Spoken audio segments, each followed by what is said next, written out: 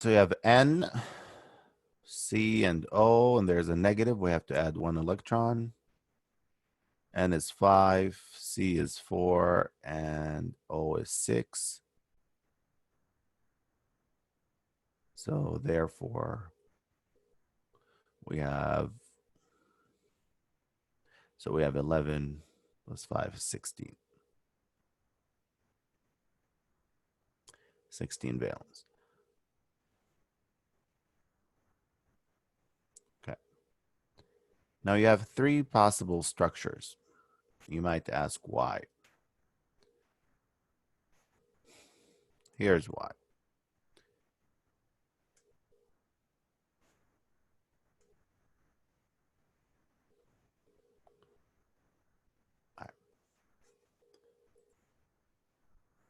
Okay. I'm going to put it right here. So if I have 16,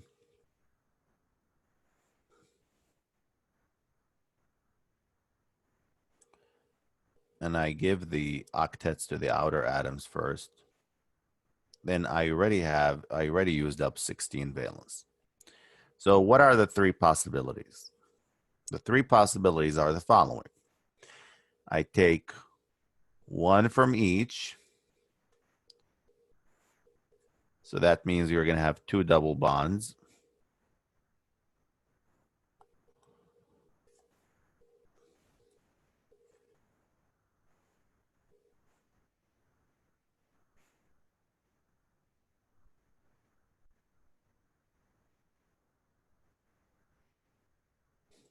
Okay.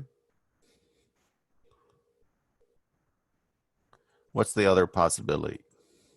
You have 2 more possibilities. The other 2 is you take, one of them is you take 2 lone pairs from one atom, let's say from N, and therefore you have a triple bond.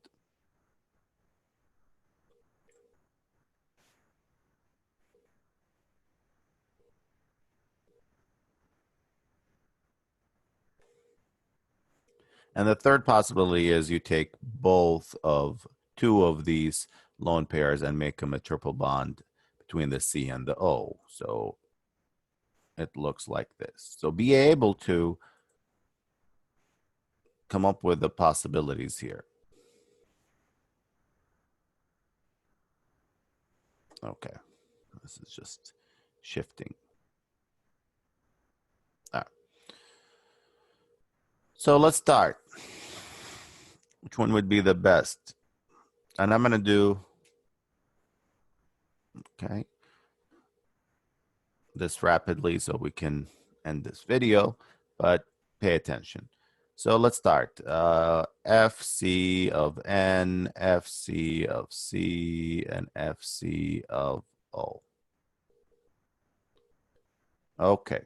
N has 5 valence, minus 1, 2, 3, 4 electrons in the lone pairs. How many bonds does it have? It has 2. So the charge is 4 plus 2 is 6. 5 minus 6 is -1.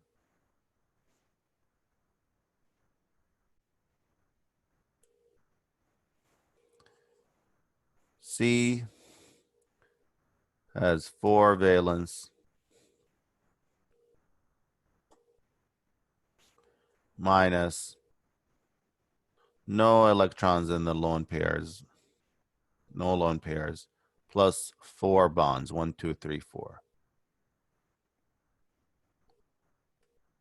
I know I'm going to run out of space, so I'm going to do my best here. So that's a 0.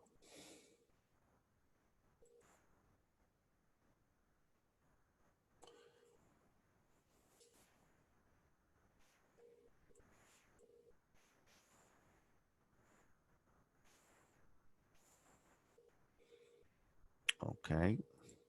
All right, come on now. This is just not.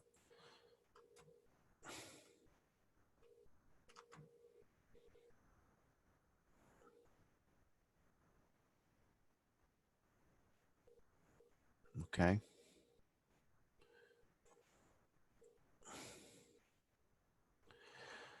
Oxygen has 6 valence minus 1, 2, 3, 4. Oh, why did I write 2? I'm thinking about the bonds. 4 electrons in the lone pairs plus 1, 2, 2 bonds. So that's 6 minus 6 is 0.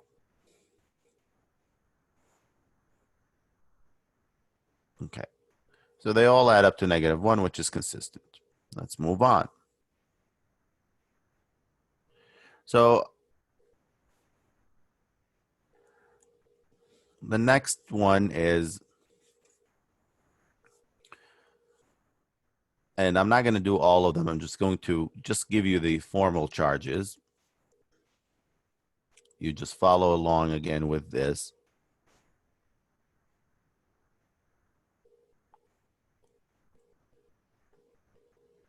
Okay, this is going to be 0.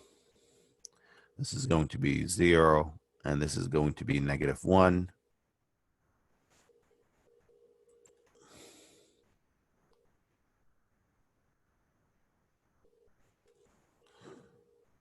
This is going to be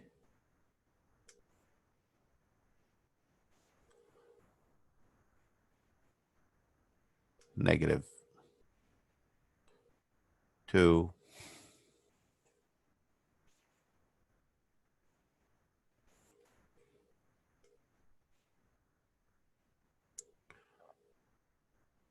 Carbon is going to be 0.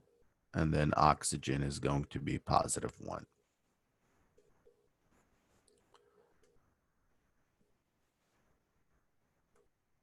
Still adds up to -1.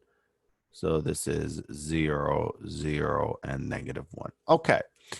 What do I do next? Which one is the correct structure? So let's go back to our rules right here. Let's look at 3. Small or 0 formal charges on individual atoms are better than large ones. Okay. Look here. This one has, we're starting to see large charges, -2. So right away, this one is X'd out. So the question then is, okay, let's compare between the first structure and the second structure. Okay, this one has more zeros, these two, than this one. It says when formal charges cannot be avoided, negative charge, formal charge, should reside on the most electronegative atom. Okay. Here we see the negative on N, and here we see the negative on O.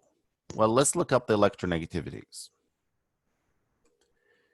N is 3, O is 3.5. So which one is more electronegative? O.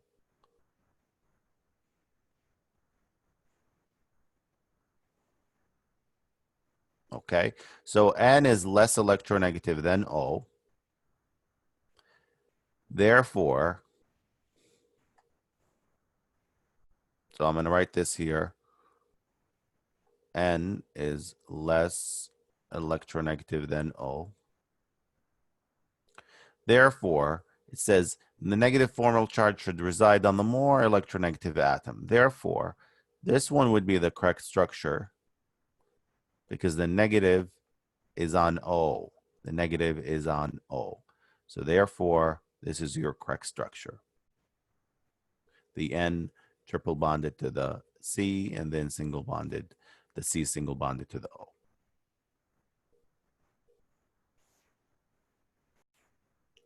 So again, it says which one is the most stable structure. So here's what I'm going to write. So let's number them. This is the first structure, second, third. So with the second is the most stable structure. What is going on here?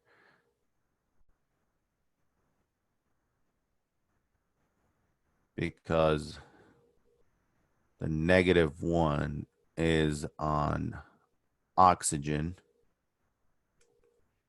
which is the most electronegative atom.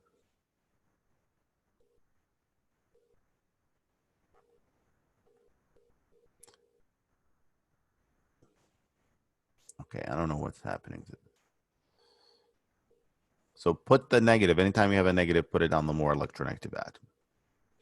Very well. Let's say I give you this on a test or a quiz, and I say just ask you determine the formal charges on the nitrogen and oxygen in atoms in glycine. This is an amino acid, the simplest amino acid. So I'm going to show you the simple method because you're going to need this for organic chemistry. The simple method is like this.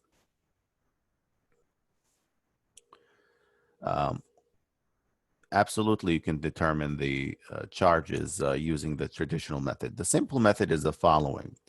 You draw a circle halfway through the bond and then including all atoms. Like, look what I'm doing here. So that since we have oxygen and nitrogen, so I'm going to draw a circle. And this works all the time. So you know that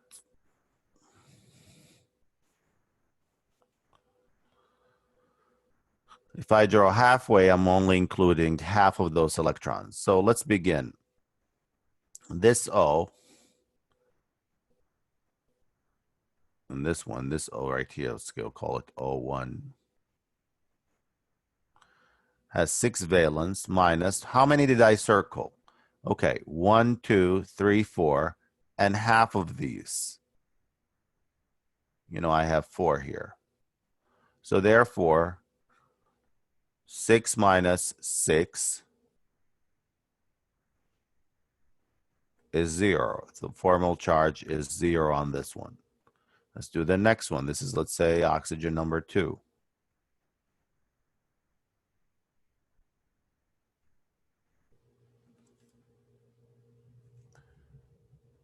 Six valence minus, how many did I circle? 2, 4, 6.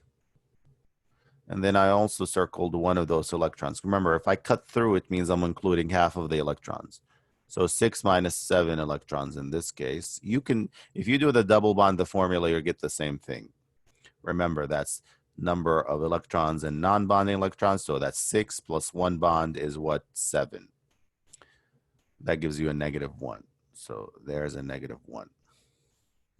N. Okay. I'm not sure what's happening here. Oh. 5 valence, N has minus. Let's count how many how many electrons we are circling. So we have 1, 2, 3, and 4. 5 minus 4